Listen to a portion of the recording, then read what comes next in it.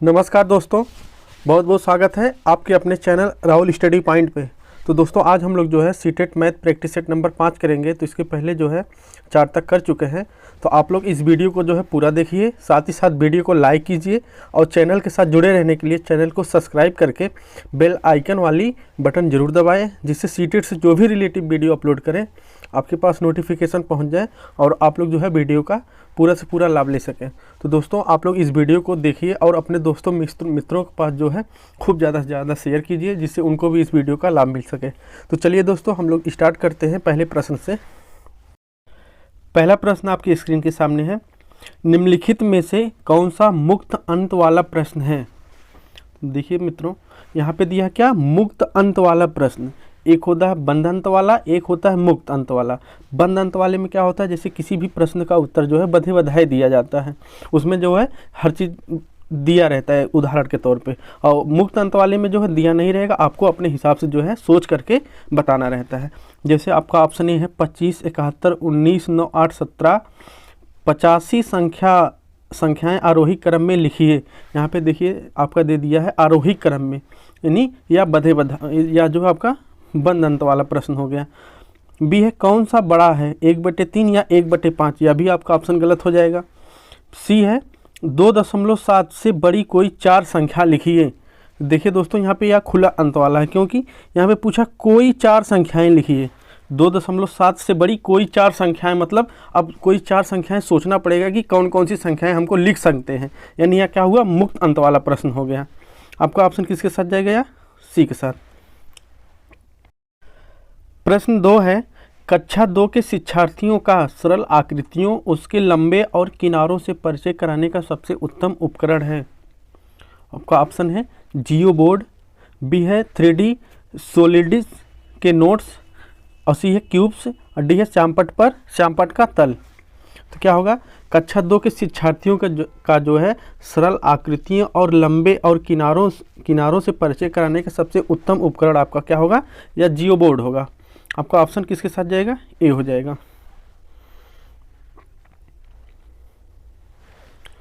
प्रश्न 3 है, निम्नलिखित कक्षा 5 के पाठ्य पुस्तक में से एक सवाल है। सवाल को पढ़िए, देखिए।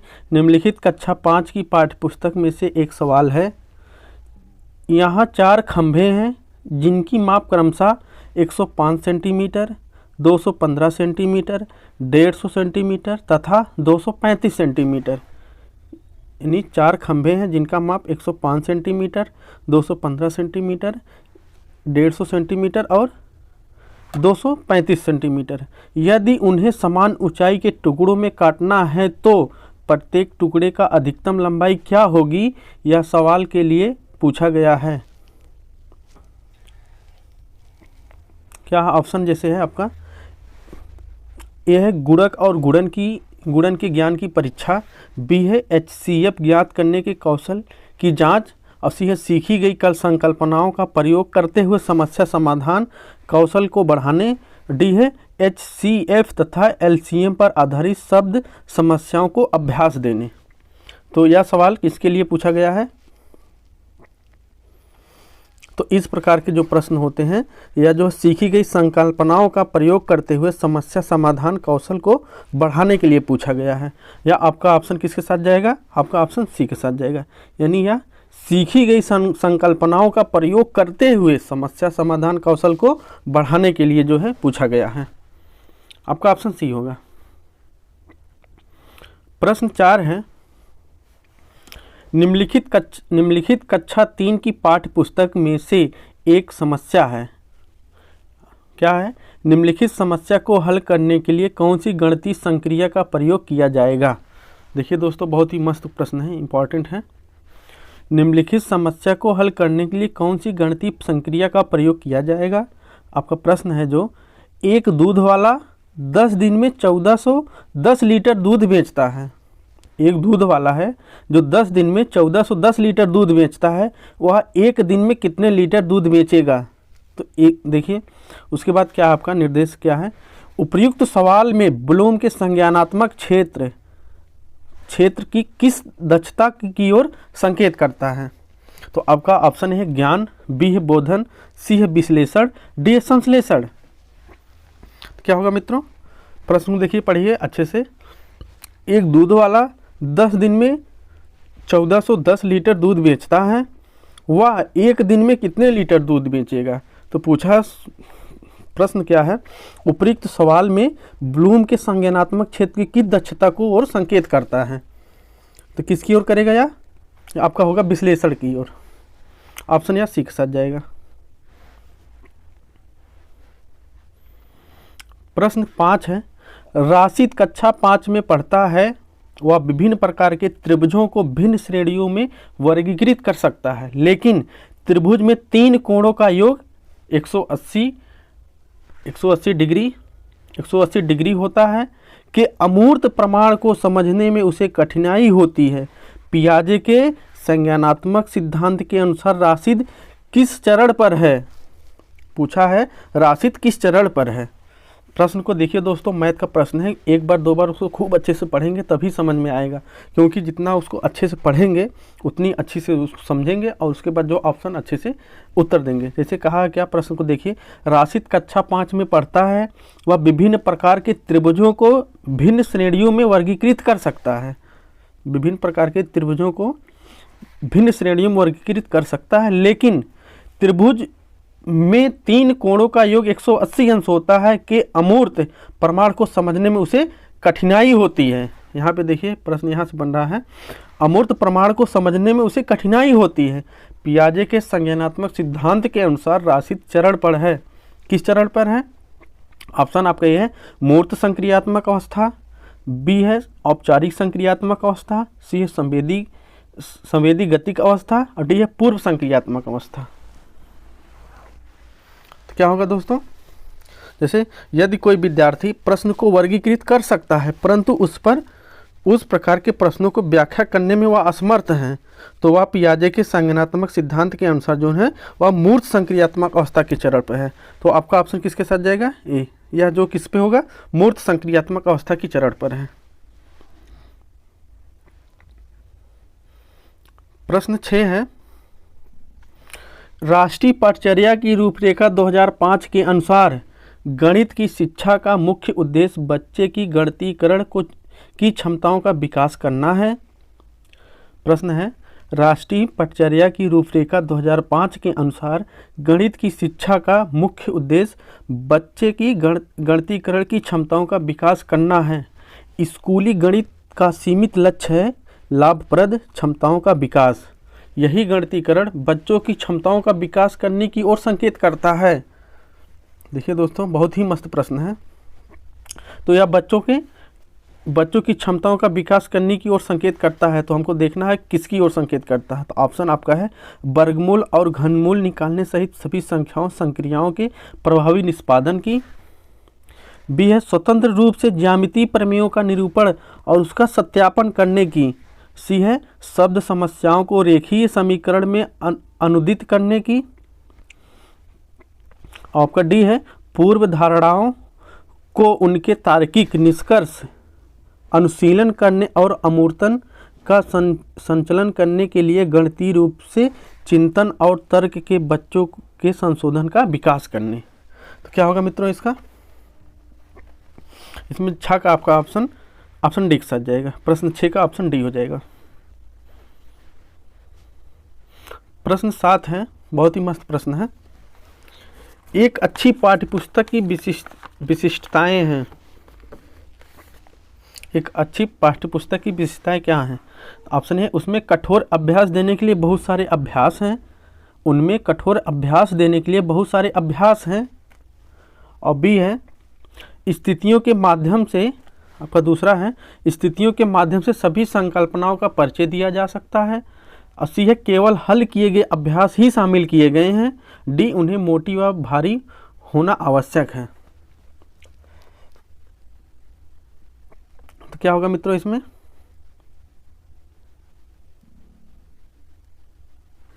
या आपका ऑप्शन जैसे ऑप्शन 1 तथा 2, बी है 3 तथा 4, सी है 1 तथा 3, डी है 2 तथा 4।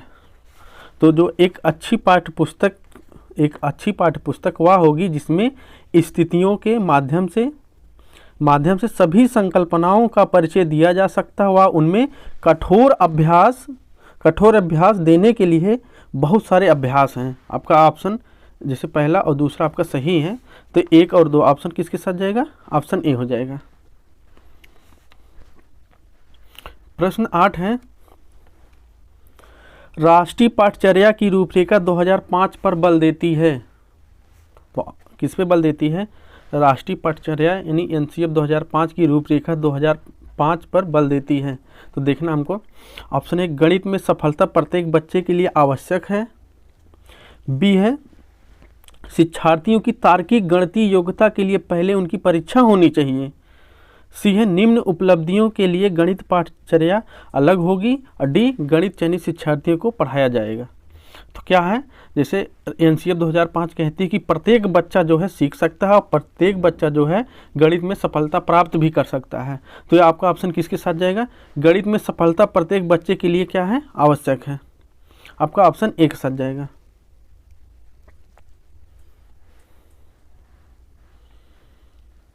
प्रश्न 9 है, 5, 10 और 35 के सबसे छोटे सर्वगुणज और सबसे बड़े सर्वगुणनखंड का अंतर क्या है? ऑप्शन ए है 30, बी है 35, सी है 65, डी है 75। तो क्या होगा मित्रों? 5, 10 और 35 के सबसे छोटे सर्वगुणज और सबसे बड़े सर्वगुणनखंड का अंतर क्या होगा? तो हमको जैसे सर्वगुणज मतलब क्या होता है कि हमको इसका क्या लेना है? एलसीएम लेना है। 5, 10 और 35 का जब एलसीएम हम निकालेंगे, 5, 10, 35 का एलसीएम जब हम निकालेंगे तो इसका एलसीएम कितना आएगा? 70 आएगा। 70 आएगा। और इसका जो है क्या पूछा है? सर्वगुणनखंड का अंतर, यानी हमको क्या पूछा है? मासा।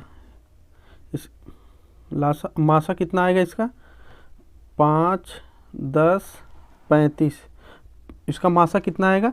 जो सबसे छोटा अंक होता है आपका वही, जैसे देखिए 5 इसमें भी है, इसमें भी, इसमें, यानी इसका मासा कितना आएगा? 5। अब पूछा अंतर, तो अंतर क्या होगा?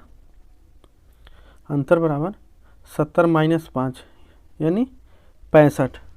तो या आपका ऑप्शन 6 सच जाएगा।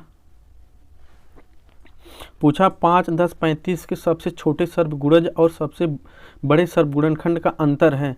तो 5, 10, 35 का एलसीएम हम निकालेंगे तो 70 आएगा। और इसका जो है सर्वगुणनखंड मतलब मासा इसका जब निकालेंगे तो 5 आएगा। तो दोनों का अंतर पूछा है, दोनों का अंतर आपका आएगा 65। आपका ऑप्शन सी हो जाएगा। प्रश्न 10 है, 105 के गुणनखंडों की संख्या है। पूछा है 105 के गुणनखंडों की संख्या है। तो आपका ऑप्शन है 3, बी है 4, सी 6, डी 8। पूछा 105 के गुणनखंडों की संख्या हमसे पूछा है। जैसे 105 इसको जब निकालेंगे इसके गुणनखंडों की संख्या, तो हम इसको जब काटेंगे तो 2 से कटेगा नहीं, सबसे छोटी संख्या 3 से काटेंगे तो 3 त्रिक का 9, 1 बचा 15 हुआ, 3 पचे 15 और 5 7 35 और 7 एकम 7। यानी हम यहाँ पे जो गुणनखंडों की संख्या कितनी प्राप्त हुई है?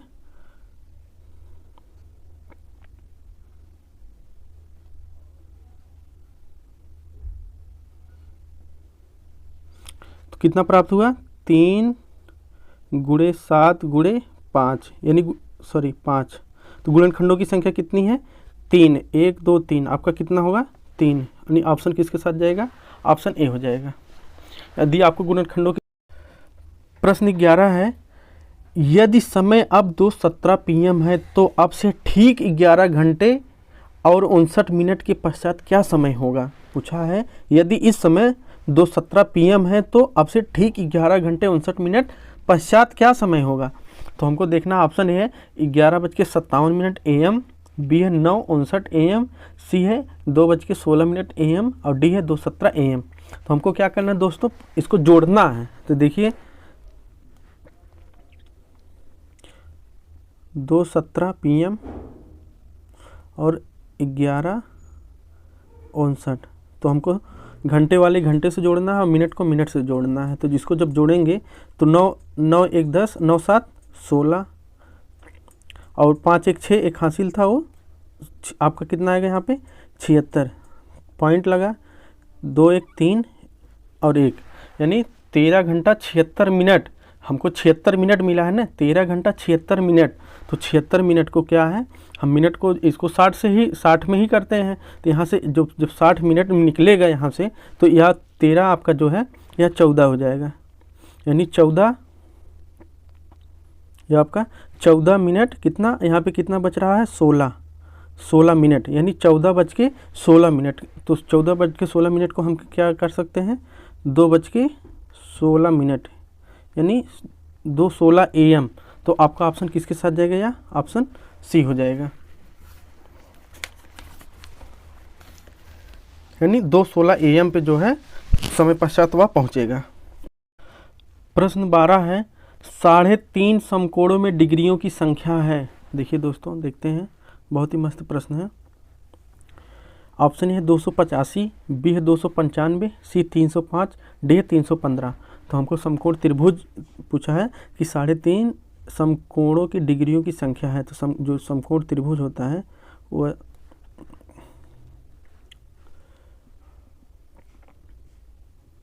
आपका जो कोण बनेगा यहाँ 90 डिग्री का। तो समकोण में डिग्री का कोण कितना होगा, 90 डिग्री होगा। समकोण में डिग्री कितनी होगी, 90 डिग्री होगी। तो पूछा 3.5 समकोणों में डिग्रियों की संख्या। तो 3.5 में यानी 3.5 गुणे कितना करेंगे, 90 डिग्री। तो कितना हो जाएगा, जब इसका गुणा करेंगे तो आपका आएगा कितना, 315। तो 3.5 समकोणों में डिग्रियों की संख्या कितनी आएगी, 315। या आपका ऑप्शन डी सच जाएगा। प्रश्न 13 है, 11 इकाई प्लस 11 दहाई प्लस 11 सैकड़े बराबर हैं, किसके बराबर हैं। ऑप्शन ए है 144 के, बी है 1221 के, सी है 12,321 के, डी है 1,11,111 के। तो क्या होगा मित्रों इसमें, जैसे इसमें हमको निकालना है 11 इकाई, 11 दहाई और 11 सैकड़ा। तो 11 गुणे 1 बराबर कितना, 11 गुणे 10 बराबर कितना हुआ, 110। 11 सैकड़ा, 11 गुणे सैकड़ा, तो कितना हो जाएगा यार, 1100। तो इसको हमको जोड़ना है। तो जोड़ने के बाद क्या क्या प्राप्त होगा, जैसे इसको जब जोड़ेंगे,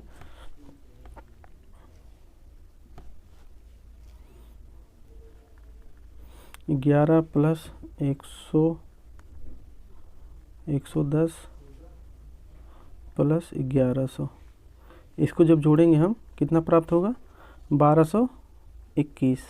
या आपका ऑप्शन बी के साथ जाएगा।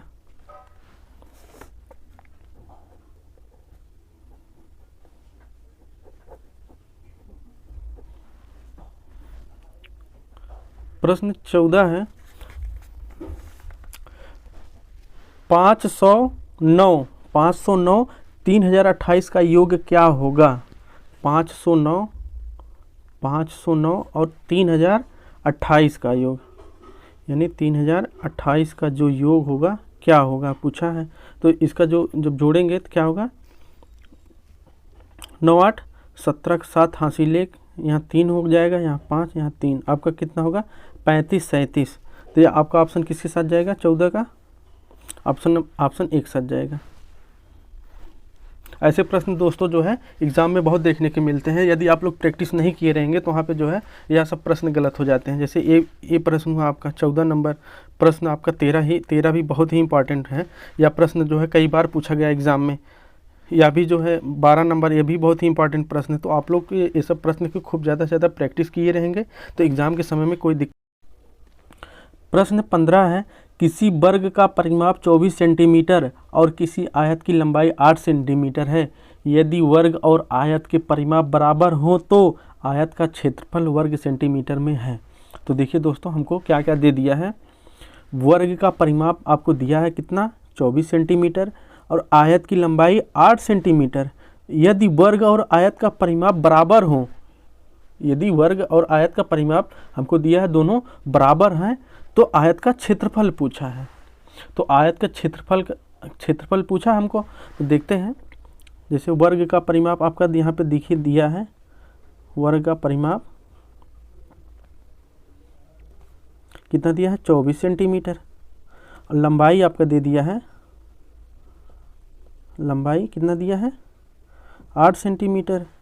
और चौड़ाई नहीं दिया है, तो चौड़ाई हम मान लेते हैं, चौड़ाई मान लेते हैं क्या, b। लंबाई को l से इंगित करेंगे और चौड़ाई को b से। तो क्या पूछा है, आगे दिया है आयत का परिमाप बराबर है, यानी जो वर्ग का परिमाप है वो आयत का परिमाप दोनों आपस में क्या है, बराबर है। यानी जितना वर्ग का परिमाप होगा उतना आयत का परिमाप होगा। तो आयत का परिमाप भी कितना हो जाएगा, आयत का परिमाप भी कितना हो जाएगा आपका, 24 सेंटीमीटर। 24 सेंटीमीटर, तो आयत का परिमाप 24 सेंटीमीटर दिया है। तो आयत के परिमाप का फार्मूला जो होता है वो आपका होता है 2l + b। यल क्या है, यल है लंबाई आपका, और b चौड़ाई है। तो दोनों का बराबर कितना दिया है, 24। यहाँ पे देखते हैं 2l, लंबाई कितना आपका, लंबाई दे दिया है 8, और चौड़ाई हमको निकालना है। तो बराबर 24, जब 2 को इधर पक्षांतर करके भेजेंगे तो एक कट जाएगा, आपका यहाँ पे हो जाएगा 12। तो 8 + b बराबर कितना, 12, और b बराबर कितना हो जाएगा, 4।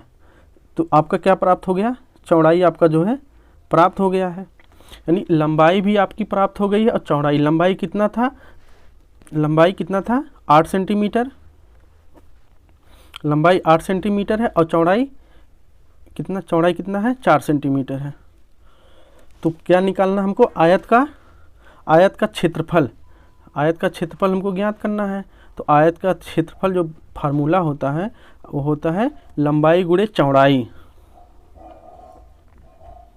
आयत का क्षेत्रफल बराबर लंबाई गुणे चौड़ाई, क्या हो जाएगा, 8 × 4 यानी कितना, 32 सेंटीमीटर स्क्वायर। तो ये आपका ऑप्शन किसके साथ जाएगा, ऑप्शन या सी हो जाएगा, यानी 32 सेंटीमीटर वर्ग सेंटीमीटर स्क्वायर होगा। प्रश्न 16 है, संख्या 12345 में 3 का स्थानीय मान तथा अंकित मान में अंतर। 12345 में 3 का स्थानीय मान तथा अंकित मान में अंतर क्या होगा। तो देखते हैं। जैसे आपका दिया है 12345, 3 का स्थानीय मान, जब स्थानीय मान निकालेंगे तो जैसे 5 × 1, 4 × 10 और 3 × कितना करेंगे, 3 × 100, तो 300 होगा। इसका जो स्थानीय मान कितना आएगा, 300 प्राप्त होगा। और क्या पूछा, अंकित मान, अंकित मान मतलब 3 ही होगा। तो 3 जब हम घटाएंगे तो कितना आएगा आपका, 7, 9 और 2 यानी 297। आपका ऑप्शन किसके साथ जाएगा, ऑप्शन सी हो जाएगा। यह भी दोस्तों बहुत ही इंपॉर्टेंट प्रश्न है। स्थानीय मान का 1-2 प्रश्न जरूर रहता है, इसको अच्छे से देखिए। जैसे संख्या 12345 में 3 का स्थानीय मान तथा अंकित मान में अंतर पूछा है। तो 5 का पहले हम इकाई से 1 से गुणा करेंगे, फिर दहाई 10 से, फिर सैकड़ा से करेंगे। तो 3 × 100 हमको 3 का निकालना है, 3 × 100 यानी 300 होगा। और पूछा क्या, अंकित मान, यानी स्थानीय मान और अंकित मान में अंतर पूछा है। तो स्थानीय मान 300 प्राप्त हुआ, अंकित मान 3 होगा, तो घटाएंगे कितना होगा, 297 आपका है। प्रश्न 17 है, संख्या 90,707 को 9 से भाग देने पर शेषफल है। तो ऑप्शन ए है 3, बी है 5, सी है 6, डी है 7। तो देखते हैं दोस्तों भाग देकर। जैसे आपका दिया है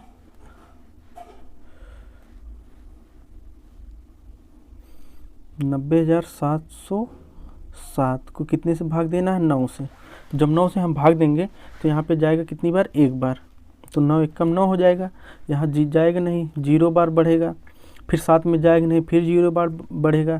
तो यहाँ पे हो जाएगा क्या, 70। तो 70 में जब 9 से भाग देंगे तो 9 × 7 = 63, यानी कितनी बार जाएगा, 7 बार। तो कितना बचेगा वहाँ पे, 6। तो 6 हो जाएगा।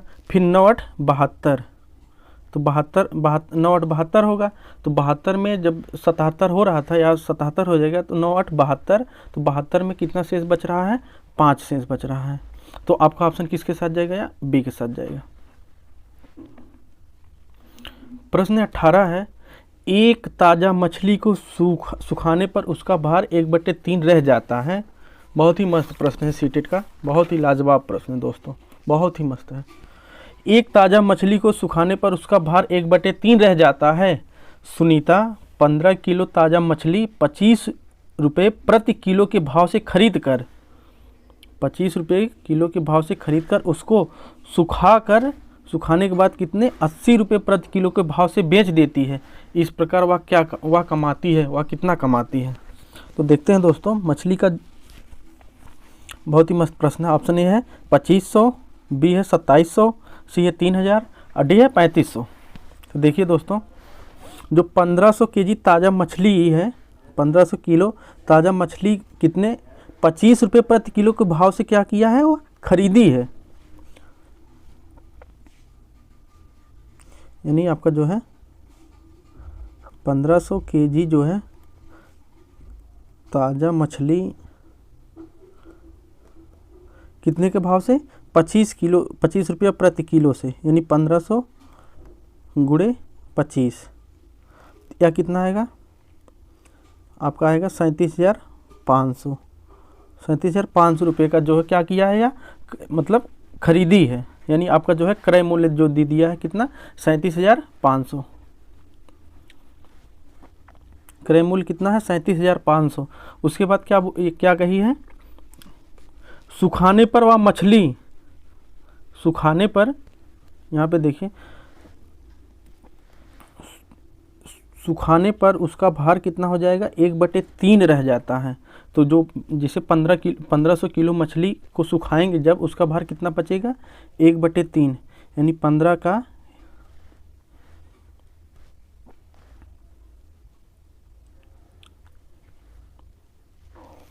तो सुखाने पर भार कितना होगा, सुखाने पर उसका भार कितने का, 1500 का कितना दिया था, 1500 का 1/3, यानी 1500 गुणे 1/3, तो काटेंगे 3 5 15, यानी कितना आएगा 500 केजी। तो 500 केजी क्या है, इस सुखाने के बाद उसका जो है वज़न आया है। तो हमको यहाँ पे देखना है, जैसे 500 केजी आ गया, तो क्या बोली है वो, उसके बाद उसको सुखाकर 80 रुपये प्रति किलो के भाव से बेच देती है। जो सूखने के बाद उसका वज़न कितना हुआ है, 500 केजी, और कितने के भाव से बेच रही है, 80 रुपये प्रति किलो के भाव से। तो 500 सूखने के बाद जब बेची है उसको कितना, 500 केजी कितने, 80 रुपये के हिसाब से, तो कितना आएगा इसका, 40,000 आ गया। तो पूछा है, क्या पूछा प्रश्न में, किलो के भाव से बेच देती, इस प्रकार वह कमाती है। तो लाभ पूछा है आपका, तो लाभ होगा, लाभ कितने का होगा, तो 40,000 में से कितना घटा देंगे, 37,500। 37,500 घटाएंगे तो आपका कितना प्राप्त होगा, या 2500। दोस्तों ये रहे इसका जो है आपका ऑप्शन किसके साथ जाएगा, या ऑप्शन ए के साथ 2500 आएगा। जैसे इसको समझ लीजिए, एक ताज़ा मछली को सुखाने पर उसका भार 1/3 रह जाता है। सुनीता 1500 किलो ताज़ा मछली 25 रुपये प्रति भाव से खरीद कर लाई।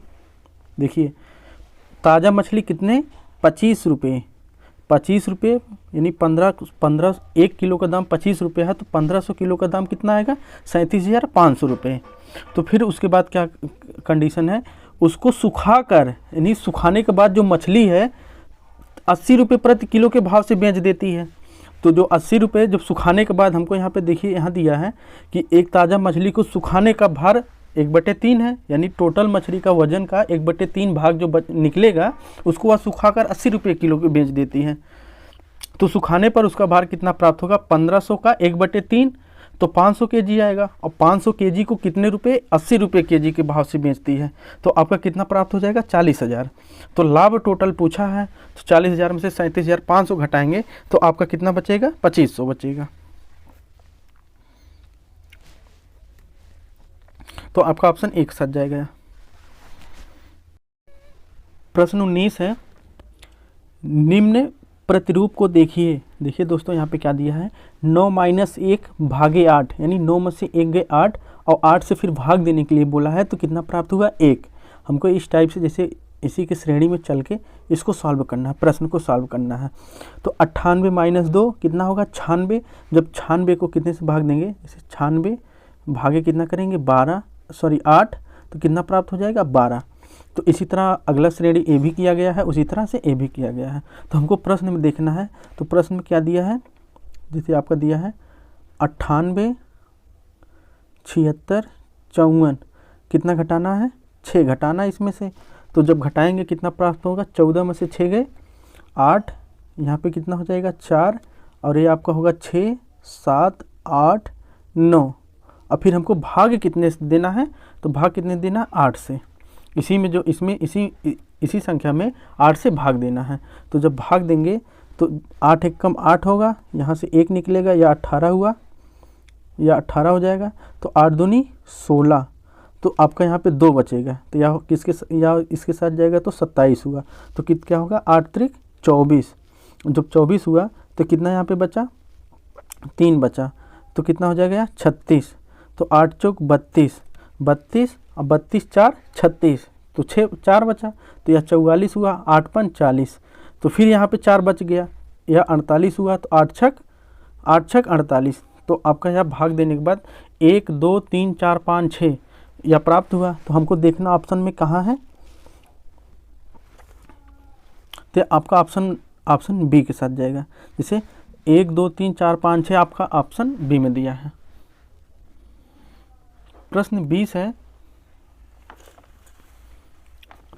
किसी आयताकार बक्से का आंतरिक लंबाई, चौड़ाई और ऊंचाई। देखिए, किसी आयताकार बक्से की आंतरिक लंबाई, चौड़ाई और ऊंचाई क्रमशः 4 सेंटीमीटर, 5 सेंटीमीटर तथा 2 सेंटीमीटर दिया है। तो 8664 सेंटीमीटर घनों को पैक करने के लिए ऐसे कितने बक्सों की आवश्यकता होगी।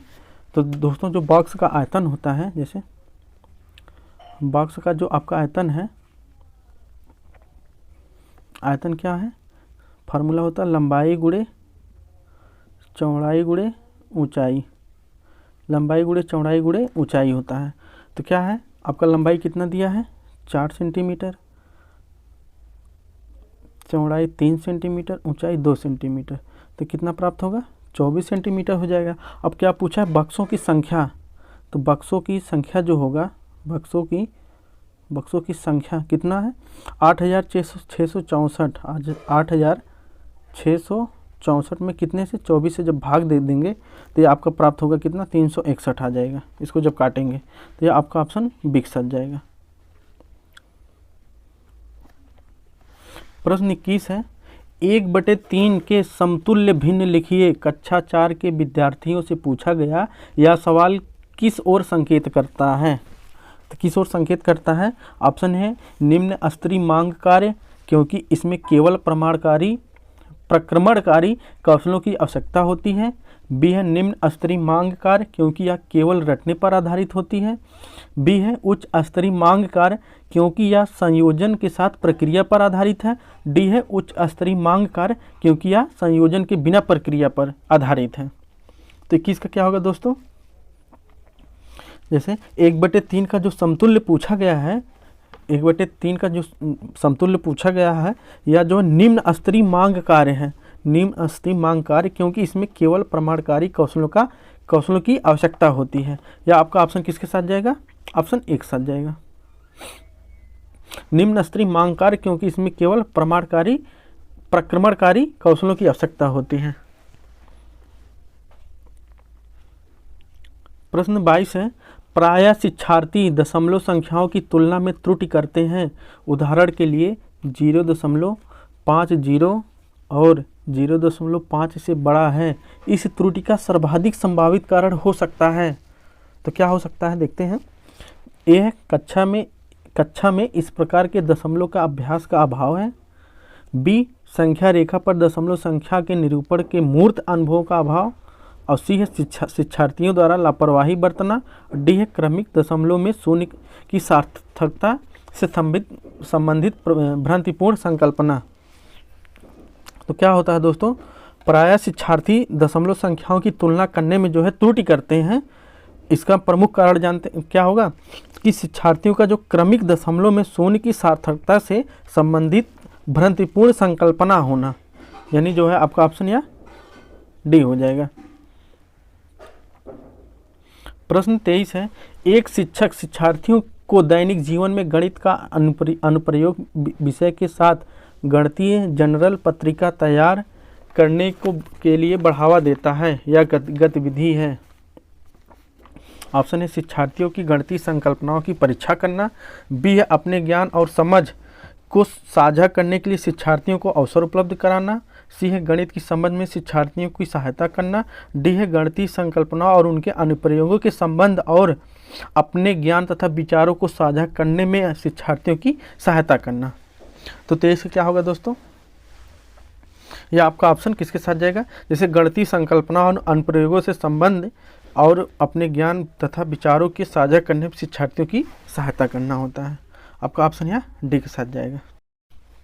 प्रश्न 24 है, बेन हिले के ज्यामिति विचार के स्तर और चतुष्कीकरण विश्लेषण अनौपचारिक निगमन और दृढ़ता कक्षा 3 के एक बच्चे को छांटने के लिए कुछ बहुभुज दिए गए हैं। जैसे यहाँ पे आपका फिगर दे दिया गया है। वह भुजाओं की संख्याओं के आधार पर बहुभुजों को वर्गीकृत करता है या बच्चा वेन हिले के ज्यामिति विचार के स्तर पर है। ऑप्शन है चतुष्कीकरण, बी है विश्लेषण, सी है अनौपचारिक निगमन, डी है औपचारिक निगमन। तो 24 का क्या होगा मित्रों, बच्चा जो है बेन हिले के ज्यामिति विचार के चतुष्कीकरण के स्तर पर है, या आपका ऑप्शन एक साथ जाएगा चतुष्कीकरण। प्रश्न 25 है, एक बच्चा संख्याओं संक्रियाओं और संकेतों घड़ी को दो कांटों विभिन्न सिक्के आदि में अंतर करने में कठिनाई प्रदर्शित करता है। इसका निहितार्थ है कि जो विशिष्ट बाधाएं उसके सीखने को प्रभावित कर रही हैं वे हैं। तो ऑप्शन ए है कमजोर शाब्दिक चाक्षुष श्रव्य और कार्यकारी स्मृति। बी है कमजोर चाक्षुष प्रक्रमण योग्यता जैसे चाक्षुष विभेदीकरण स्थानिक संगठन और चाक्षुष समन्वयन। सी है कमजोर भाषा प्रक्रमण योग्यता जैसे अभिव्यक्ति शब्द भंडार और श्रव्य प्रक्रमण। डी है कमजोर गति कौशल पढ़ना लिखना और कौशल। तो 25 का क्या होगा दोस्तों, यह जो है एक बच्चा संख्याओं संक्रियाओं और संकेतों घड़ी के दो कांटों विभिन्न सिक्कों आदि के अंतर करने में कठिनाई प्रदर्शित करता है। इसका निहितार्थ है कि जो विशिष्ट बाधाएं उसके सीखने को प्रभावित कर रही हैं वह क्या है, वह कमजोर चाक्षुष प्रक्रमण योग्यता है जैसे चाक्षुष विभेदीकरण स्थानिक संगठन और या चाक्षुष समन्वय। आपका ऑप्शन किसके साथ जाएगा, या बी के साथ जाएगा। प्रश्न 26 है, राष्ट्रीय पाठचर्या की रूपरेखा 2005 अधिगम के रचनावादी उपागम पर बल देती है क्योंकि वह किस पर केंद्रित है। तो ऑप्शन ये है परिभाषाओं और सूत्रों को याद करने पर। बी है नियमित गृह कार्य जमा कराने। सी है गतिविधियों में शामिल करते हुए शिक्षार्थियों को सक्रिय भागीदारिता। डी है शिक्षक द्वारा प्रभावी व्याख्यान और अन्वेषण। तो 26 का क्या होगा मित्रों, 26 का आपका सीख सज जाएगा गतिविधियों में शामिल करते हुए शिक्षार्थियों को सक्रिय भागीदारिता। प्रश्न 27 है, गणित को हल करने की रणनीति के रूप में समस्या को हल करना शामिल है। तो ऑप्शन है गतिविधि आधारित दृष्टिकोण। बी है अनुमान। सी है व्यापक अभ्यास। डी है एक समाधान पर पहुंचने के लिए सुराग का उपयोग करना। तो 27 क्या होगा, यह गतिविधि आधारित दृष्टिकोण है। आपका ऑप्शन एक साथ जाएगा। प्रश्न 28 है, अरूढ़ समीकरणों को हल करने में अच्छा है लेकिन आमतौर पर शब्द समस्याओं का सामना करना पड़ता है। ज़्यादातर समय वह पूछता है क्या मुझे जोड़ना या घटाना चाहिए, क्या मुझे गुणा या भाग करना चाहिए, ऐसे सवाल सुझाते हैं। तो ऑप्शन है अरूढ़ में जो है संख्या संचालन की समझ का अभाव है। बी अरूढ़ जोड़ और गुणा नहीं कर सकता। सी है अरूढ़ वर्ग को परेशान करने के लिए अवसर चाहता है। डी, अरुण को भाषा समझने में समस्या है। तो क्या होगा 28 का? यह आपका डिक सज जाएगा, अरुण को भाषा समझने में समस्या है। प्रश्न 29 है, गणित के अध्ययन में एक बच्चे में किस गुण का विकास होता है? तो यहाँ पे देखिए ऑप्शन दिया, आत्मविश्वास, तार्किक विश्वास, विश्लेषण, यानी आपका ऑप्शन किसके साथ जाएगा? या तीनों। गणित के अध्ययन में एक बच्चे में किस गुण का विकास होता है? तो सभी में। प्रश्न 30 है, उपचारात्मक शिक्षा की जरूरत होती है? तो ऑप्शन है मंदबुद्धि बच्चों के लिए, बी है पिछड़े बच्चों के लिए, सी है सामान्य बच्चों के लिए, डी है इनमें से सभी के लिए। तो दोस्तों क्या है, उपचारात्मक शिक्षा की किसको ज़रूरत होती है? तो चाहे मंदबुद्धि हो, चाहे पिछड़ा हो, चाहे सामान्य, सभी बच्चों के लिए होती है। यह आपका ऑप्शन डी सज जाएगा। तो दोस्तों ये रहे मैथ के आपके 30 क्वेश्चन। तो बहुत बहुत धन्यवाद वीडियो को अंत तक देखने के लिए। आप लोग चैनल को ज़रूर सब्सक्राइब कीजिए और अपने दोस्तों के पास खूब ज़्यादा से ज़्यादा शेयर कीजिए। और दोस्तों इसके पहले का वीडियो नहीं देखे होंगे तो आप लोग डिस्क्रिप्शन बॉक्स में जाएंगे, वहाँ पे लिंक मिल जाएगा, या फिर प्लेलिस्ट में जाएंगे तो वीडियो मिल जाएगा। आप लोग वीडियो को देख करके खूब ज़्यादा से ज़्यादा प्रैक्टिस कर लीजिए। तो बहुत बहुत धन्यवाद दोस्तों, बने रहिए राहुल स्टडी पॉइंट पर। धन्यवाद।